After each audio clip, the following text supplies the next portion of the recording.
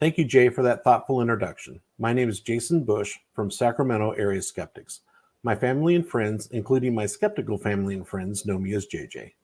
It is my pleasure to introduce you to Dr. Dan Wilson. Dr. Wilson grew up in Pennsylvania, where he attended high school in Harrisburg, where his father, the dean, had an education degree and whose Hello, mother Skeptical held a 2024. degree in I'm Dr. environmental Dan Wilson. biology, both graduate degrees. In his high school years, he developed an interest in science, but also a fascination in conspiracy theories, including cryptids, ancient aliens, and thanks to the infamous loose change film, 9/11 conspiracy theories. Fortunately, it appears Dr. Wilson had some great biology teachers and some challenging conversations that, along with time, enabled him to escape the rabbit hole, as we say. Now, as a PhD molecular biologist, he spends his spare time debunking anti science misinformation on his YouTube channel, Debunk the Funk with Dr. Wilson. You may also catch him on science based podcasts like This Week in Virology, Decoding the Gurus, Conspirituality, and The Majority Report. Ladies and gentlemen, Dr. Dan Wilson. Hello, Skeptical 2024. I'm Dr. Dan Wilson. I'm a PhD molecular biologist, and this is the first time I will be giving a talk at Skeptical, so I would like to thank the organizers for inviting me to do so. The title of the talk I'll be giving today is called Modern Vaccine Myths: Everything Old is New Again. There are a lot of vaccine myths out there, as you can imagine, and a lot of content to get to in this talk, so let's jump right in. And let's start with framing vaccine misinformation within a historical context. Vaccine misinformation is not modern. It is not exactly new. Vaccine misinformation has been around since vaccines have. And this paper from 1889 about smallpox is talking about what vaccine misinformation like in a time when smallpox was ravaging the population. And I want to draw your attention just to this last sentence, which reads, to assert that evil effects have followed vaccination when improperly performed or when performed from or on diseased children, that smallpox sometimes follows vaccination, advancing these and various other adverse arguments made use of by anti-vaccinationists is simply to assert that vaccination is, like all other human contrivances, not altogether perfect. Sounds kind of familiar, right? Vaccines are not perfect.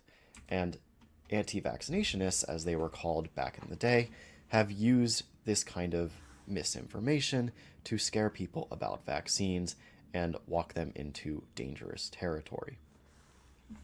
We can actually look at what these so-called anti-vaccinationists did and said back in the day and compare them to anti-vaxxers of today. So anti-vaccine advocates in the past were typically writers and thought leaders that were anti-government. That's also true of anti-vaccine advocates today. They also, in the past, were people who typically felt marginalized by evidence-based medicine, and that remains true today. Vaccine misinformation was also peddled by doctors, so-called doctors of unproven medicines, and that remains true today. Back in the day, naturopaths and quack doctors used to support herbal remedies and snake oils as cures for smallpox, while disavowing or disincentivizing vaccination. One major difference of anti-vaccine advocates of the past and today, though, is that in the past they had very limited reach, whereas today anti-vaxxers have global reach. And sure enough, the 2010s saw state vaccine mandates become more contentious and political, and vaccine misinformation has become a bigger and bigger problem as time has moved on. So let's give a very brief history of the modern anti-vaccine movement. And this is not a comprehensive list, but these are just major points that I thought were important to include. We have in 1995, Andrew Wakefield publishes a paper in The Lancet, but not the paper you're thinking of. He published a paper suggesting that measles virus and MMR vaccines cause Crohn's disease. Further research by his colleagues conclusively refuted this idea in 1998. But Andrew Wakefield, being a persistent purveyor of misinformation, pivoted and published in 1999 his now infamous paper in The Lancet, pinning autism on MMR vaccines instead of Crohn's disease.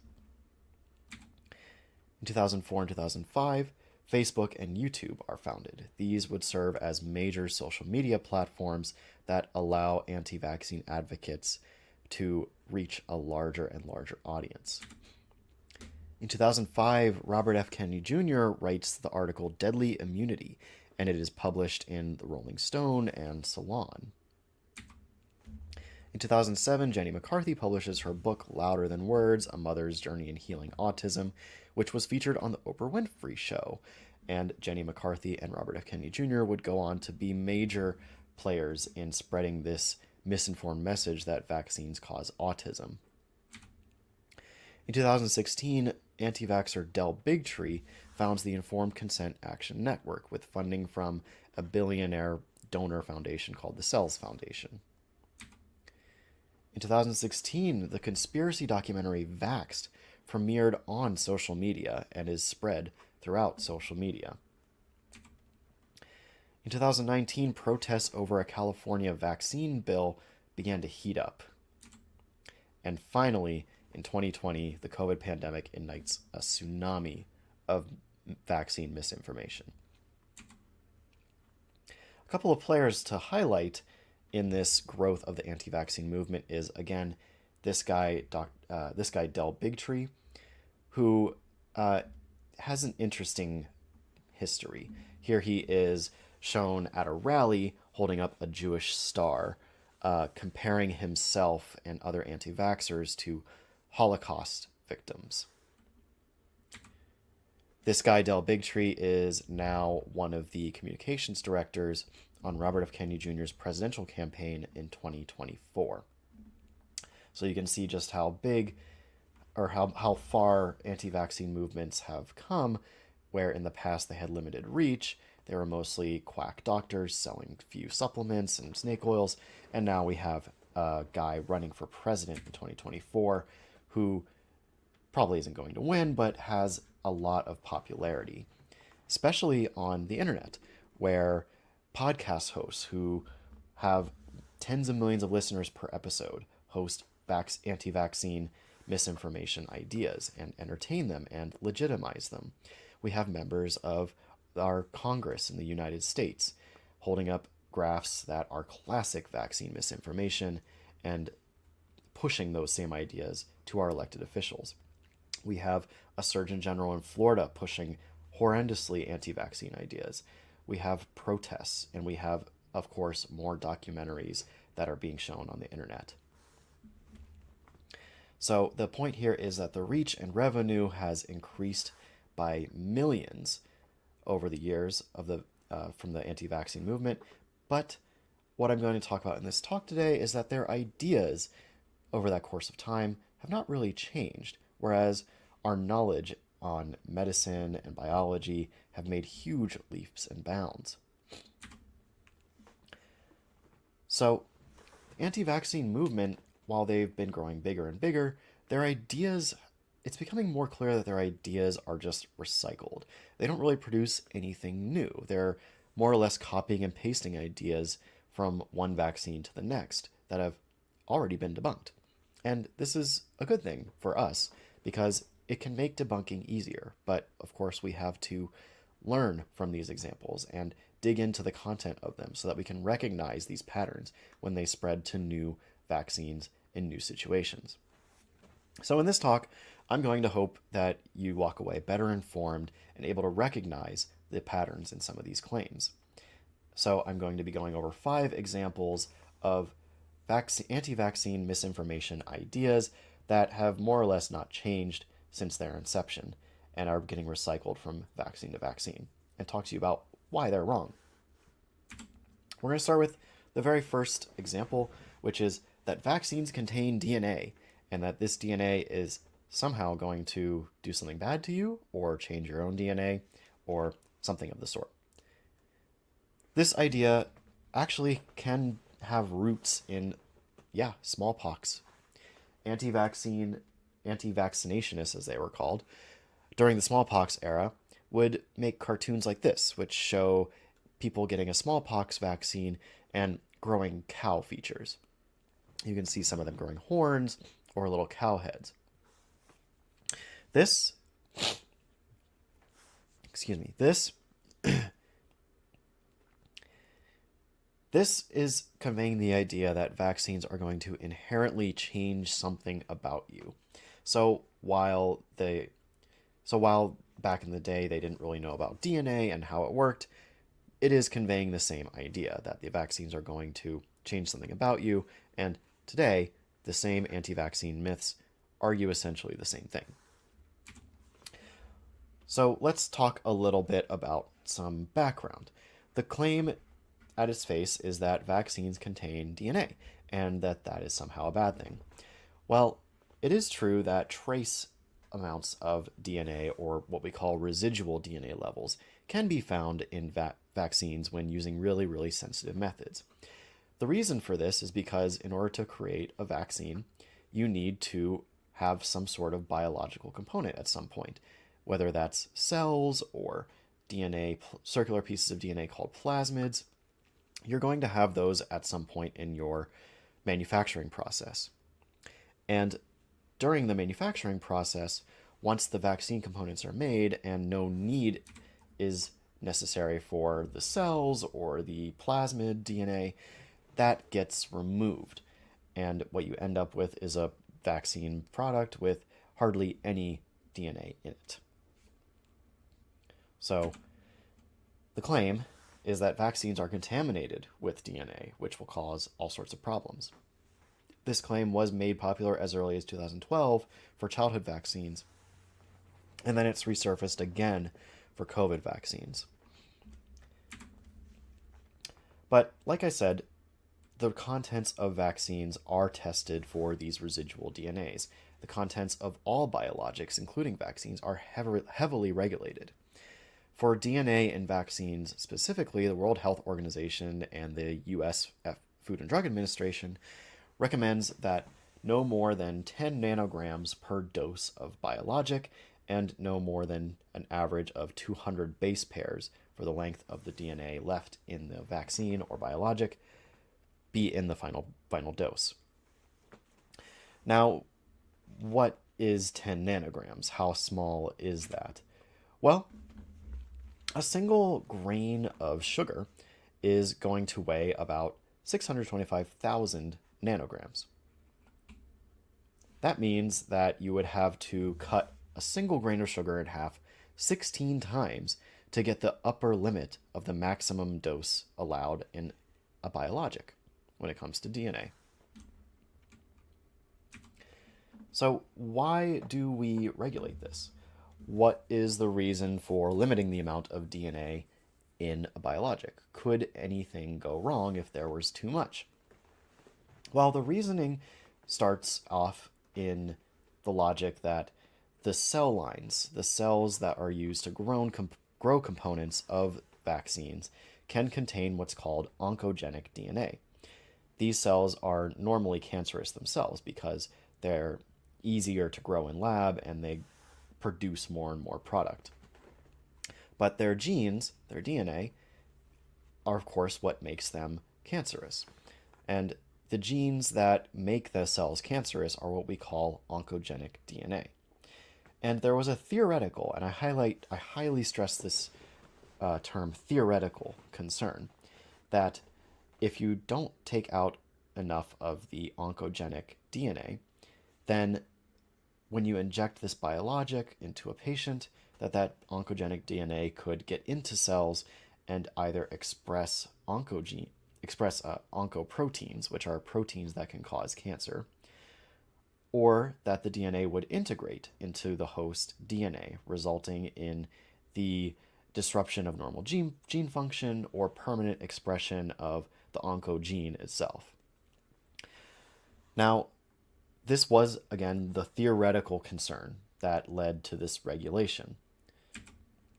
And the regulation was actually demonstrated pretty beautifully in some very important experiments. In other words, the reason the regulation works and that why we don't need to be concerned about a 10 nanogram dose has been demonstrated empirically.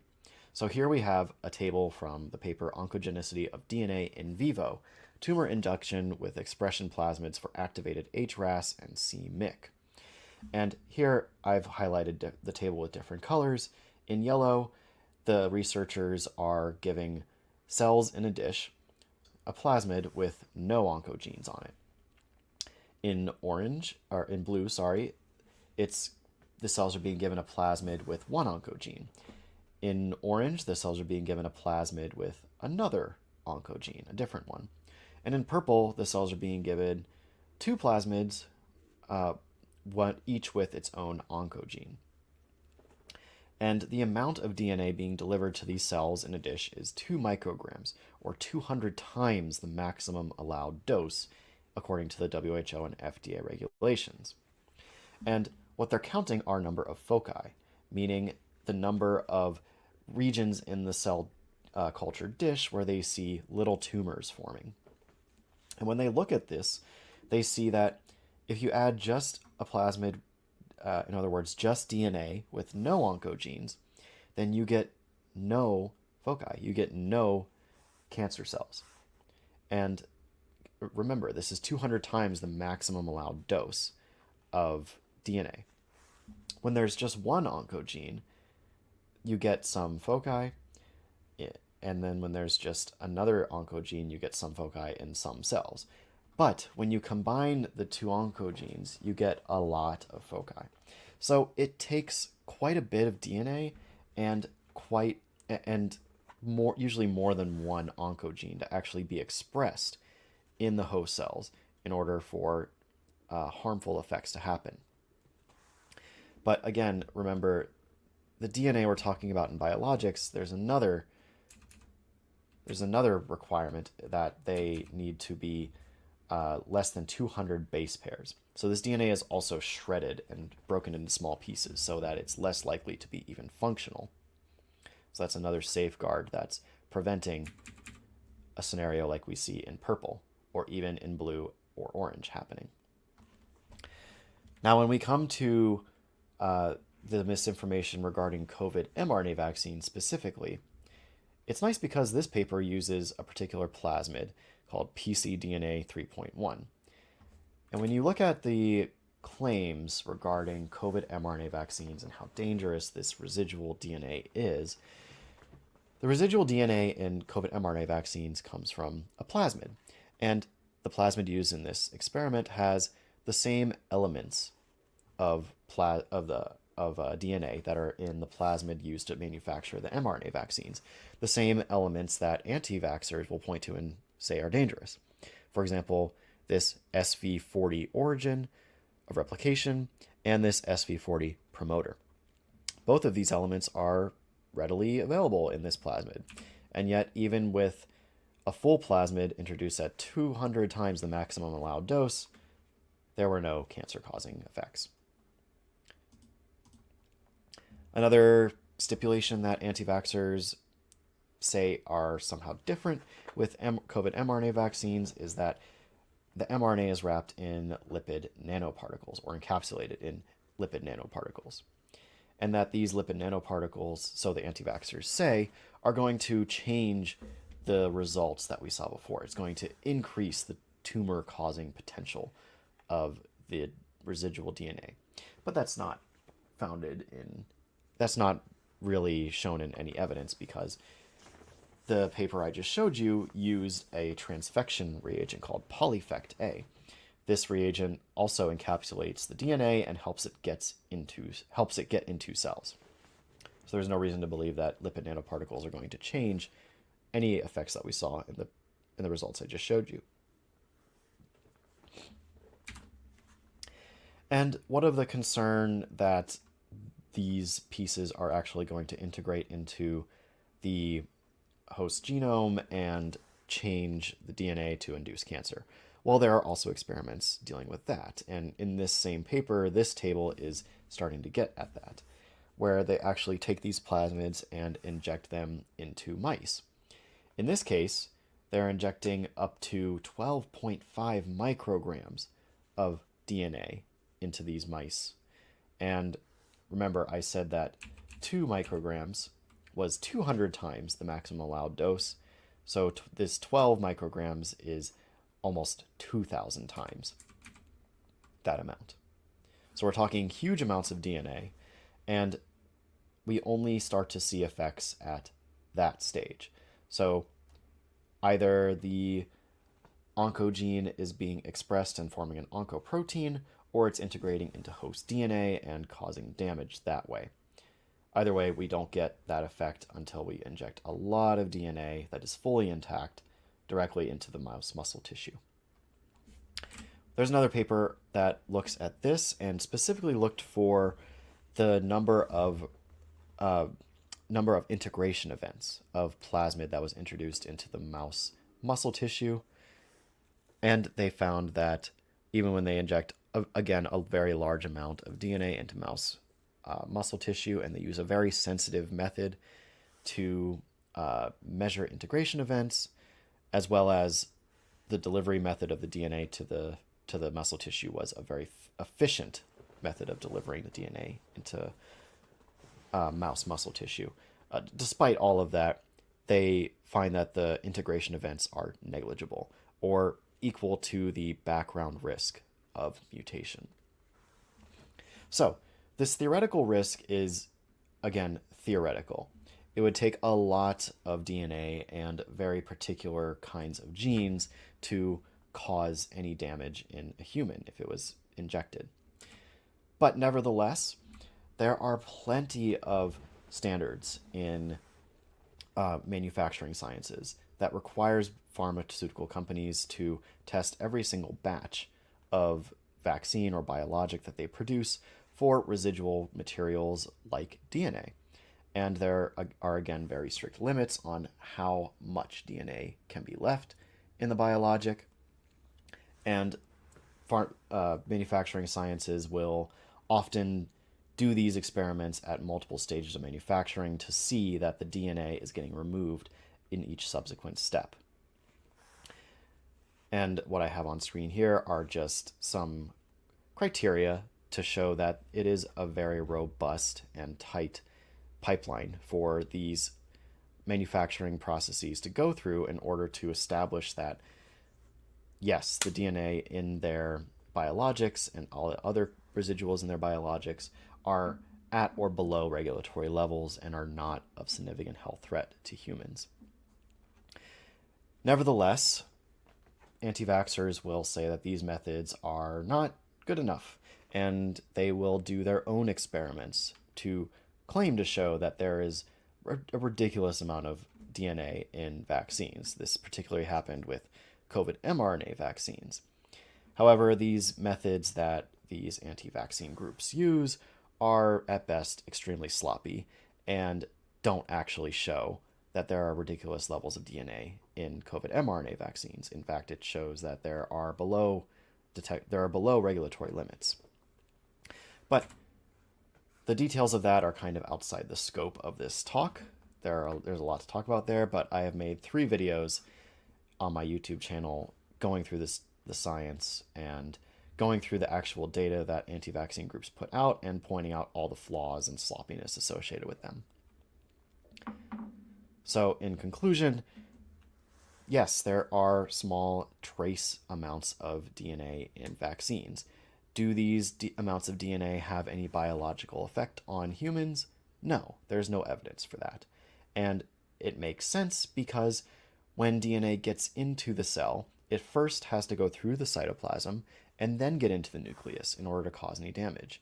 And because the amount of DNA in these biologics is so tiny and so fragmented and non-functional, it is very easy for innate functions in the cell to identify and destroy foreign DNA in the cytoplasm, because cells don't like DNA in the cytoplasm because that is a threat to the genome, and the cells really like to protect their genome. There's a high evolutionary incentive to do so. So anti-vaxxers will say otherwise, but now hopefully you will be informed when you hear these claims in the wild and you can combat them more effectively. Moving on to the next claim that anti-vaccine advocates have used for over a century the claim that the vaccine is worse than the disease. This is just wholly untrue. Vaccination has, by every account, made life better for the human race. Vaccination has reduced global infant mortality, for example. We see here a chart from Our World in Data showing infant mortality rate with vaccines and without vaccines worldwide. And we see that, of course, without vaccines, we have more child mortality. That's because without vaccines, we have more vaccine-preventable diseases that can cause death and other forms of suffering. For example, the average cost of a measles-related hospitalization in 2016 was $7,438. That's something that, as a parent, I would want to prevent my child from, one, having to go through, and me having to, and two, me having to pay for. We also know that in India, when polio was hyperendemic, the peak number of paralysis cases per day caused by polio in India was about 500. That's 500 children per day getting paralyzed from a vaccine-preventable disease. And when we roll out these vaccines, we absolutely can prevent these diseases and prevent this suffering. This was made apparent again in the smallpox era. It was painfully obvious that getting vaccinated was much better than getting unvaccinated.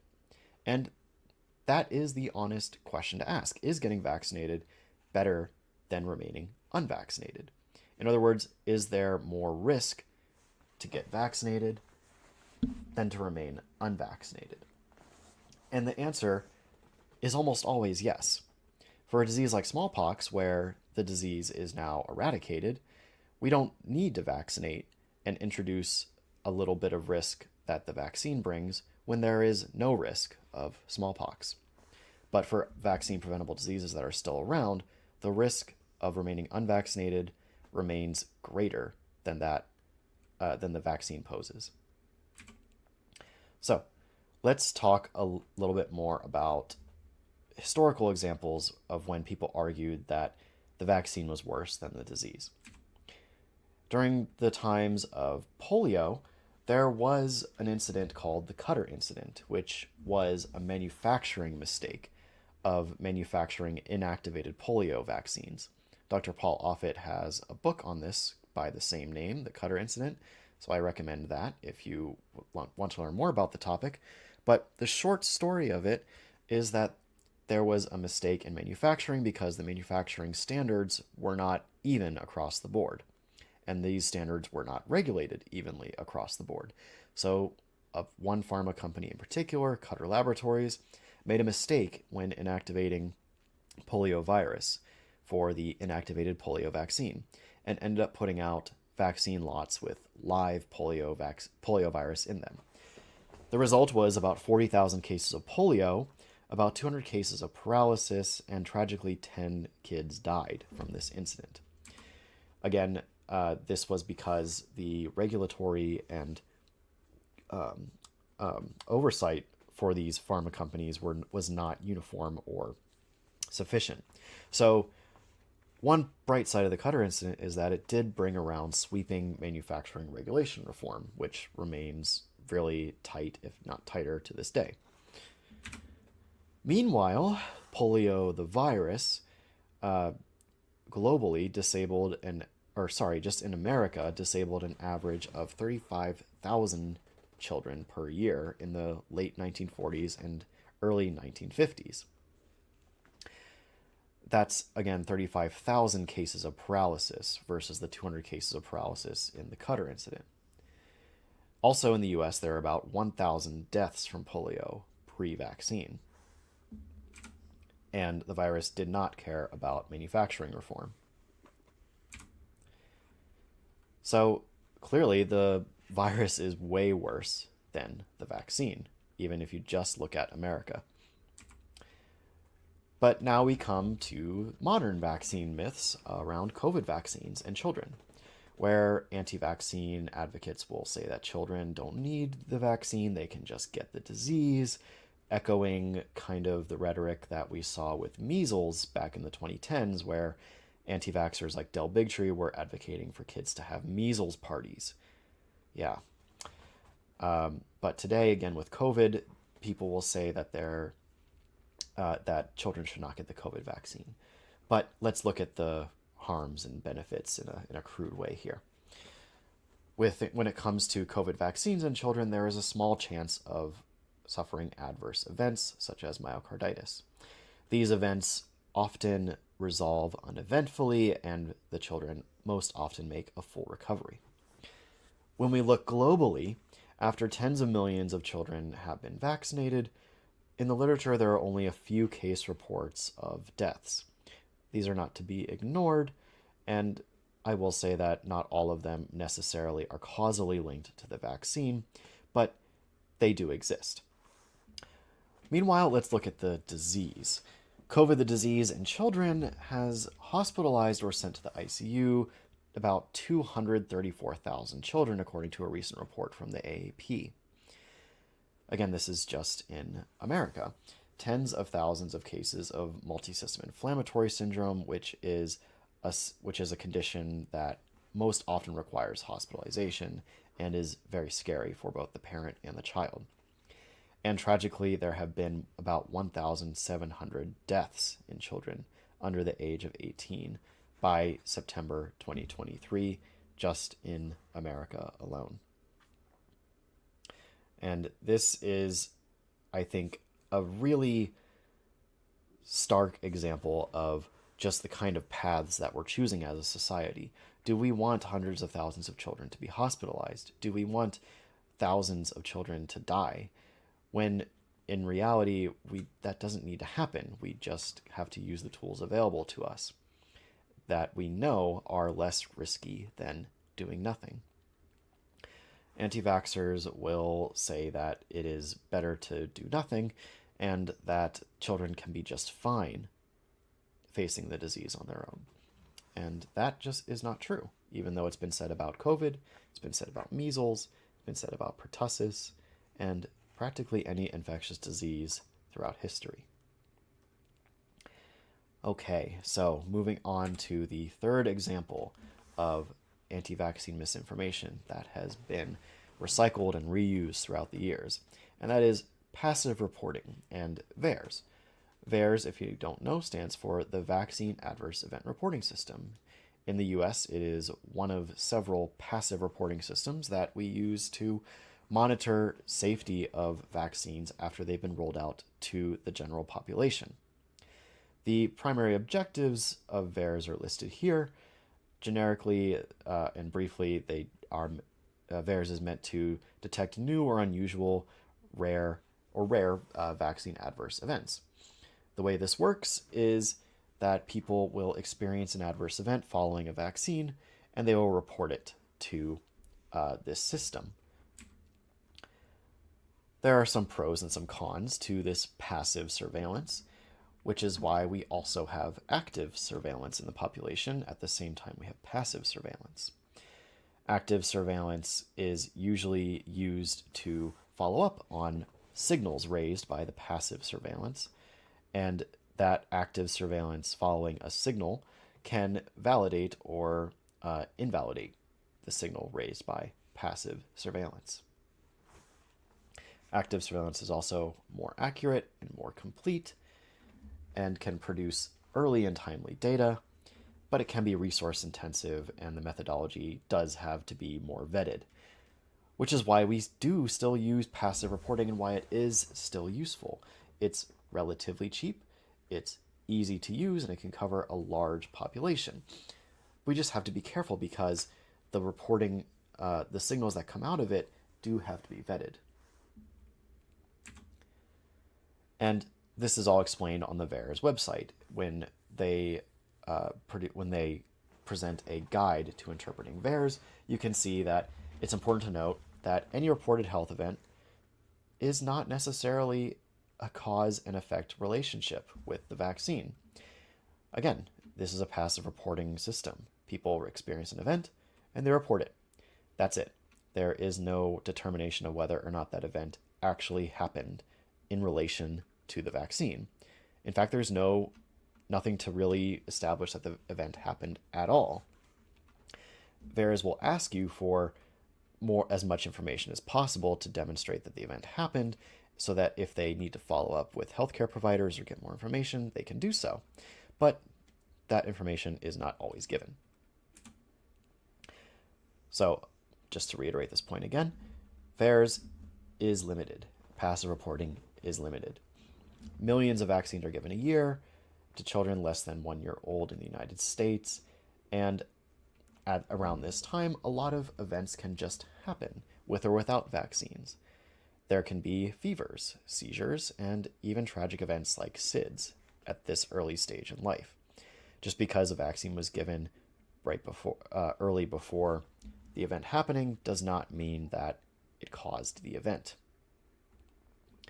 Parsing whether or not this is a coincidence or a true increase in this event in a population level is what active surveillance is for.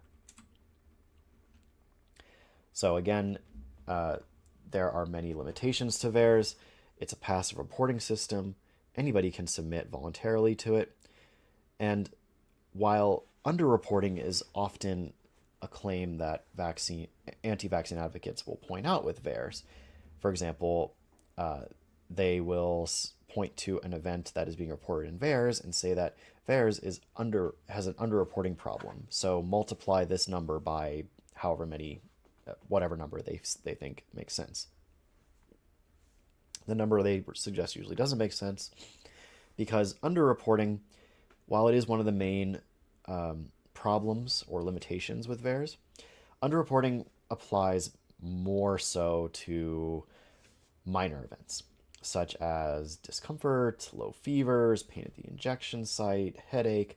Those are the kind of events that people aren't very likely to report, and so they are thus underreported, whereas more serious events are more likely to be reported. But with all these limitations and drawbacks about VAERS in mind, again, this has not stopped anti-vaccine advocates. Even back in the early 2010s, mommy blogs were writing about how vaccines were causing stillbirths, a false claim that is solely based on VAERS data. But if you looked at active surveillance that follows up on these reports to VAERS, no association, no increased risk can be found following vaccination when it comes to things like stillbirths. And today we have elected officials in the US Congress holding up graphs that make essentially the same claims, where after COVID-19 vaccines were rolled out to the general population, reports to VAERS increased a lot for reasons that aren't hard to figure out. There was a lot of vaccines being given to every member of the population in a short period of time. There was more awareness around VAERS, and there was more of a push among healthcare providers to accurately report events in VAERS so that active surveillance research groups can more easily do their job and follow up on these events and ensure that the vaccines are safe. So, passive reporting is not how we do vaccine safety. Active reporting is how we ultimately determine it. And there are multiple population-based studies for both childhood vaccines and COVID-19 vaccines that show that not only are you at no increased risk of death following these vaccines, but adverse events remain rare and mostly manageable, mild, and you're likely to make a full recovery. Now, we get to another anti-vaccine myth, our fourth one today, that has been used again since vaccines were around. And it's the idea of, why do I need a vaccine if you have one? And you'll often hear anti-vaxxers say something like this, or they'll say, why do I need a vaccine for your vaccine to work better? And the common response that science communicators will give is herd immunity, which is shown through this GIF, where the idea is if you have a lot of members of the population vaccinated, then the virus or pathogen is more likely to hit a dead end in its chain of transmission much more quickly so that it ultimately doesn't spread as much. And then there's a much lesser threat to public health. But I want to make a little bit more, I want to give you a little bit more details on herd immunity and how it applies to modern vaccine myths surrounding COVID-19 vaccines. Herd immunity works really well when a pathogen has a long enough incubation period to allow immune memory that's granted from vaccination to kick in and clear the pathogen before it spreads. Cellular immunity, our immune memory cells, that is our B and T cells, need time to learn that there's an invader, that there's a threat, and mobilize themselves to mount a response against the pathogen. If that pathogen has already spread throughout, say, your nose and throat, and is already shedding into the environment, or you've already entered an infectious phase of the infection, then that immune memory isn't really going to be able to stop the pathogen before it spreads at all. So herd immunity does not work as we traditionally think about it when a pathogen has a short incubation period. So vaccines and herd immunity works really well with diseases like measles or viruses like measles, where their incubation period before the person becomes infectious is about 7 to 11 days for measles, or about 7 to 10 days for polio. It doesn't work so great for mucosal respiratory viruses like SARS-CoV-2 or influenza, which can start spreading, which can start shedding infectious particles from an infected person even before they start showing symptoms. That is not to say, though, that vaccines against influenza or SARS-CoV-2 will do nothing against transmission. You'll often hear anti-vaxxers of today complaining that COVID vaccines never stop transmission, so why did we have to get them? Well, we see here that the infectious shedding period of a virus like SARS-CoV-2 can extend again from before you have symptoms to up to 10 days or so after a person starts showing symptoms. Vaccines can shorten that or reduce the number of infectious virus being shed from an individual. This has, of course, been studied. And what we see here is a figure from a paper that is looking at not just RNA copy numbers, but infectious viral particles being shed from vaccinated or unvaccinated people. And we see that unvaccinated people are significantly more likely to shed less infectious virus and have a shorter time period of infectiousness. This is obviously important at a public health level because these small but significant reductions amplified across a population can have significant public health benefits. But public health goes beyond just herd immunity and reducing transmission of an infectious virus. Higher vaccine coverage in a population means that there's less overall infectious disease in the community, yes, and that will help protect the 9 million plus Americans that can't benefit from vaccination. It will also help save healthcare costs. Less people showing up in the hospital, less people showing up in the ICU, and of course less people dying is better for the economy. Less sick people and saved healthcare costs is going to help a society function better. There's also going to be less stress on the hospital systems. So in a situation like the COVID-19 pandemic, where a lot of people are getting sick all at once, a lot of people are showing up in the hospital all at once, you can have a situation where hospital systems can't take normal visits. So for example, if someone has appendicitis or has gallstones or needs another kind of surgery that would typically be routine for a hospital, they might not have the resources for that person, and that person could die. We have seen this happen during the pandemic, where hospitals were too overwhelmed to give prompt health care to people who would otherwise get it very promptly. This is a public health failure.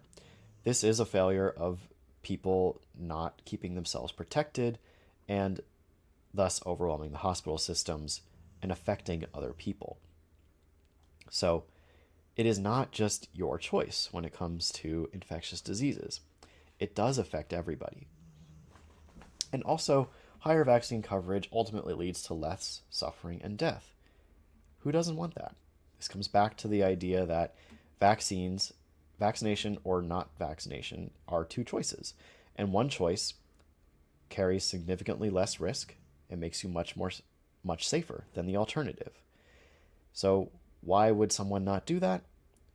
Most likely it's misinformation.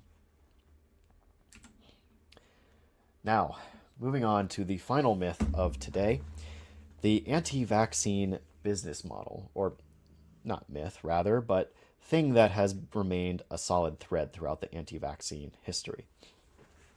Even back in, again, smallpox times, we would see that snake oil salesmen would be selling miracle cures for, yes, infectious diseases like diphtheria and mumps, measles, whooping cough, and they would profit off of this. They would make money selling fake cures to people.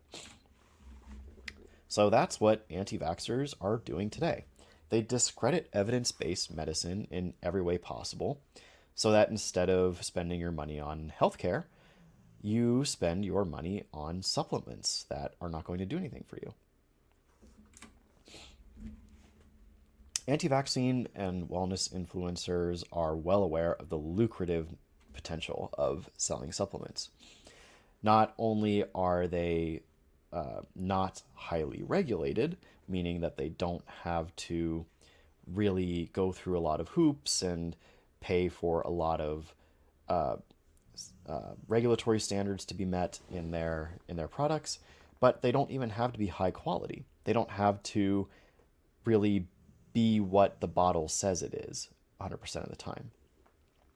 Meaning that they can cut costs there and they can produce these products very cheaply. They can also be marketed to quote unquote treat anything with some careful legal language or not. A lot of people and influencers that sell supplements don't have very careful legal language, but they still get away with it.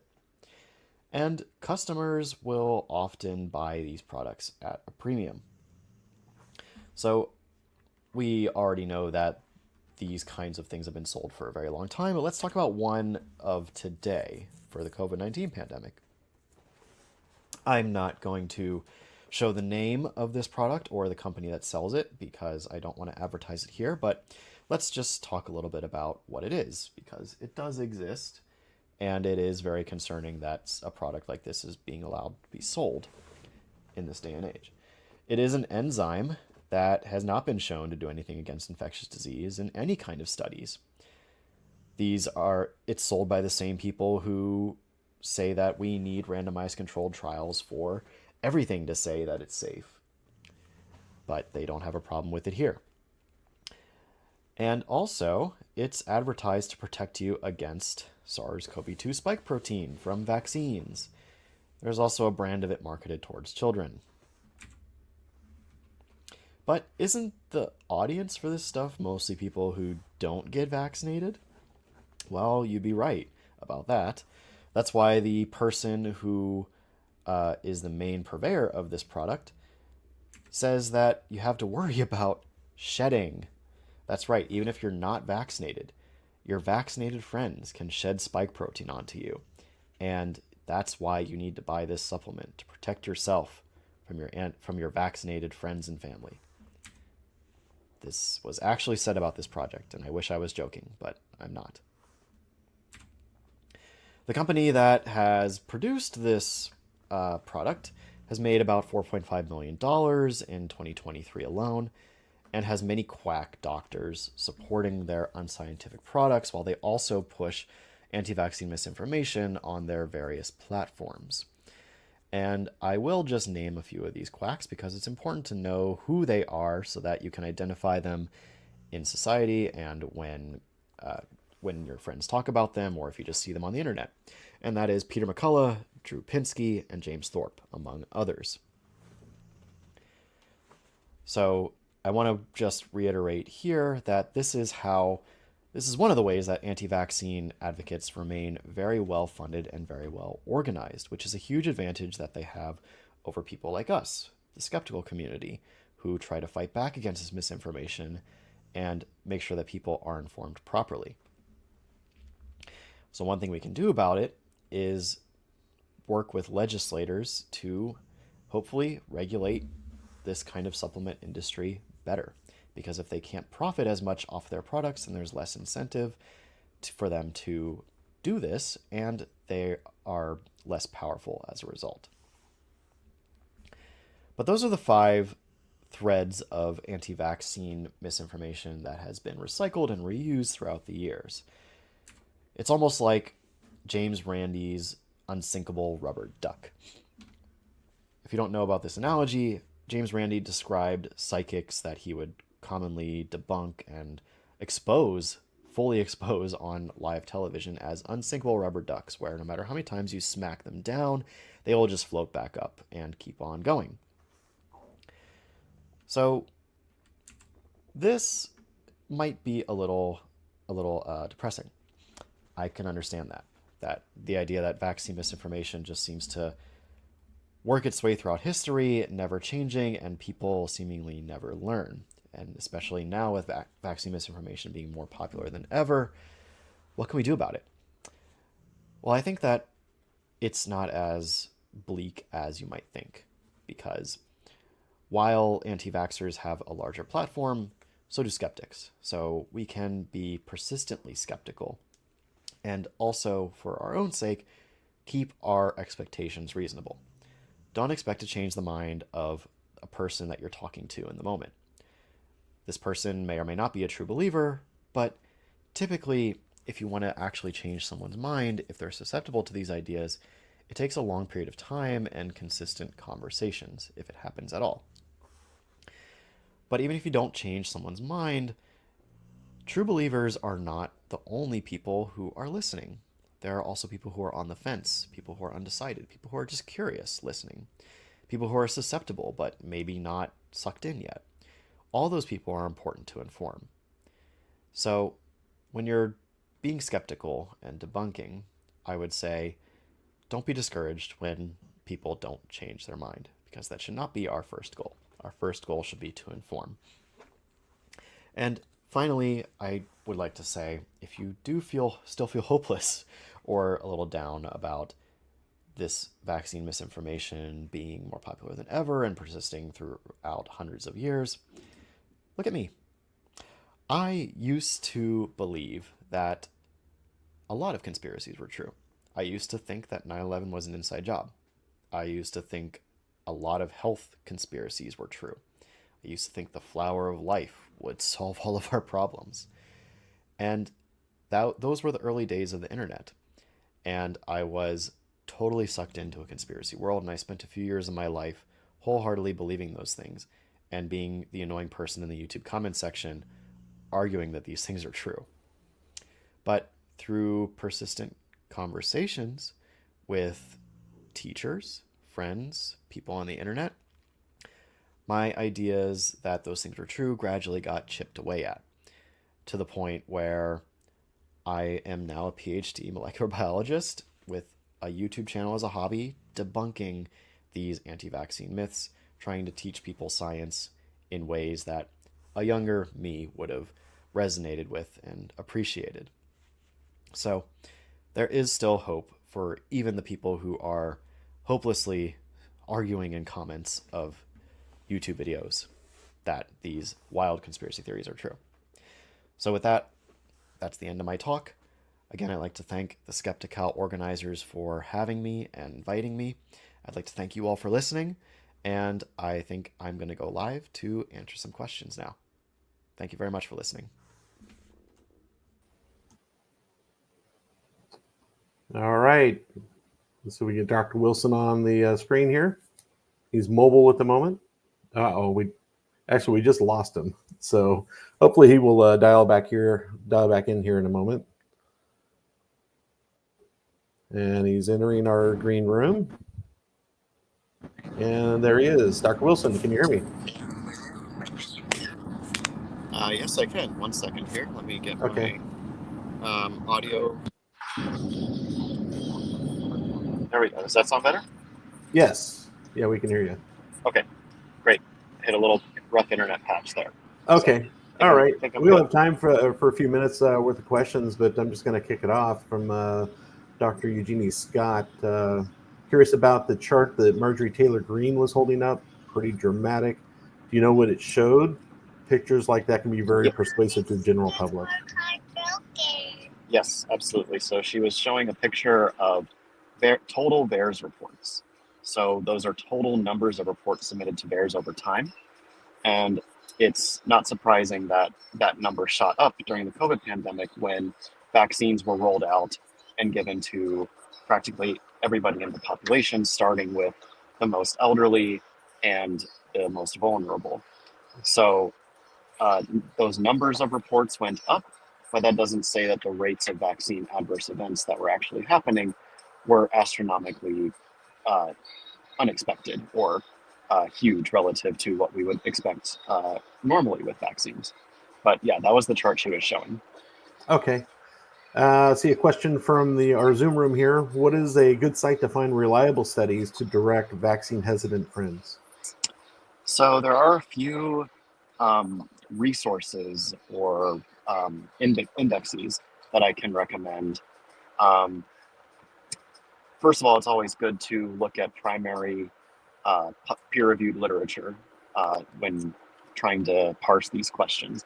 But if you can't do that, then some good sources are vaxopedia.org. That's vaxopedia.org. There's sciencebasedmedicine.com, I think. Um, and there's also a really great podcast I'll recommend called This Week in Virology, which is run by virologists and professionals that talk about this sort of thing a lot. So those are three sources that I could recommend. There are a lot more, but the first thing you should try to go to are the primary literature sources if you can access and read those. Okay. All right, great. Well, we had a little bit of a late start with technical difficulty, and I don't want to distract you from your traveling, and we got to get ready for our next segment. So we appreciate you joining us. So safe travels. Thank you very much. Thanks for having me. Appreciate it. All right, great. Thank you. Bye. Bye-bye.